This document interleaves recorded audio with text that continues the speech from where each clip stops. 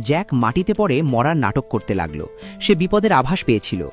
1 second পরেই একটি অদৃশ্য প্রাণী ধীরে ধীরে সামনে দৃশ্যমান হতে শুরু করল। সে থার্মাল ভিশন দিয়ে চারপাশের জায়গা স্ক্যান করতে লাগল। জ্যাক নিঃশ্বাস বন্ধ করে দিল এবং নড়ার সাহস করল না। প্রেডেটর তার শরীরের তাপ অনুভব করতে পারল না।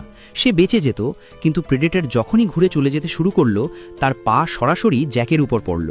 শেষ পর্যন্ত জ্যাক মৃত্যুর হাত থেকে বাঁচতে পারল না।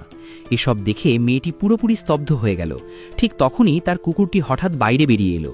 প্রেডেটর সঙ্গে সঙ্গে অস্ত্র তুলে লক্ষ্য স্থির করল। সে যখনই গুলি চালাতে যাবে, মেয়েটির ভাই সামনে চলে এলো।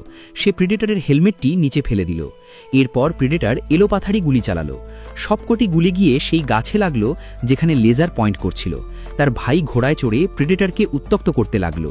প্রেডেটর রাগে ফেটে পড়ল। সে হেলমেট তুলে নিয়ে তার পিছনে ছুটল। তখনই মেয়েটি একটা ব্যাপার বুঝতে পারল। প্রেডেটর শুধুমাত্র সেখানেই আঘাত করতে পারে যেখানে তার লেজার নিশানা দেখায়। তার ভাই মারা পড়তে যাচ্ছিল।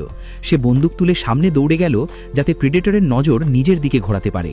সেই সুযোগে তার ভাই প্রেডেটরের কাঁধে বল্লম বিধিয়ে দিল, কিন্তু তাতে প্রেডেটরের বিশেষ কিছু হলো না। মেয়েটি দ্রুত বন্দুকের বারুদ ভরতে শুরু করল। তার ভাই অনবরত আক্রমণ চালিয়ে যাচ্ছিল। লড়াইয়ের মাঝখানে প্রেডেটর আবার অদৃশ্য হয়ে গেল। তারা দুজনেই ঘাবড়ে গিয়ে তাকে খুঁজতে লাগলো। তার ভাই বিপদ অনুভব করতে পারল। প্রেডেটর তাকেই সবচেয়ে বড় হুমকি হিসেবে চিহ্নিত করেছিল। সে বলল যে এখন সব শেষ।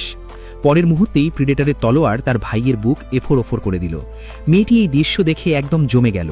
প্রেডেটর তার দিকে ফিরল। তার ভাই শেষ নিঃশ্বাসে একটি খুলি তুলে প্রেডেটরের পায়ে গেঁথে দেয়। প্রেডেটর রেগে গিয়ে অস্ত্রের এক মরণঘাতী আঘাতে তার ভাইকে মেরে ফেলে। ততক্ষণে মেয়েটি সেখান থেকে পালিয়ে গিয়েছিল। সে একটি ছোট ঝর্ণার কাছে পৌঁছল।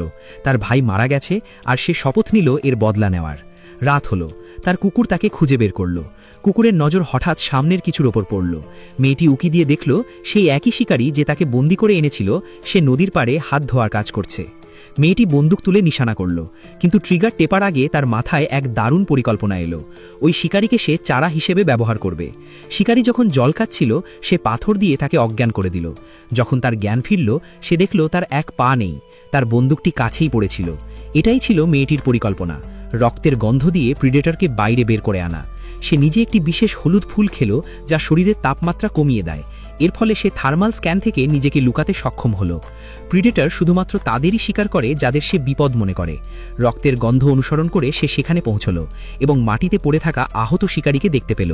পরের মুহূর্তেই সেই শিকারীর জীবনের অবসান ঘটল। এই ছবিটি সুন্দর মনে করেন এবং মন থেকে ভালোবেসে থাকেন, তাহলে ভিডিওতে একটি লাইক দিন, চ্যানেলটি অবশ্যই সাবস্ক্রাইব করুন, সুন্দর একটি কমেন্ট করে ভিডিওটি শেয়ার করে দিন। আমি জানি কঠিন হৃদয়ের মানুষেরা ছবিটি দেখার পরেও ভিডিওতে লাইক না করে চলে যাবে, তবুও অনুরোধ রইল।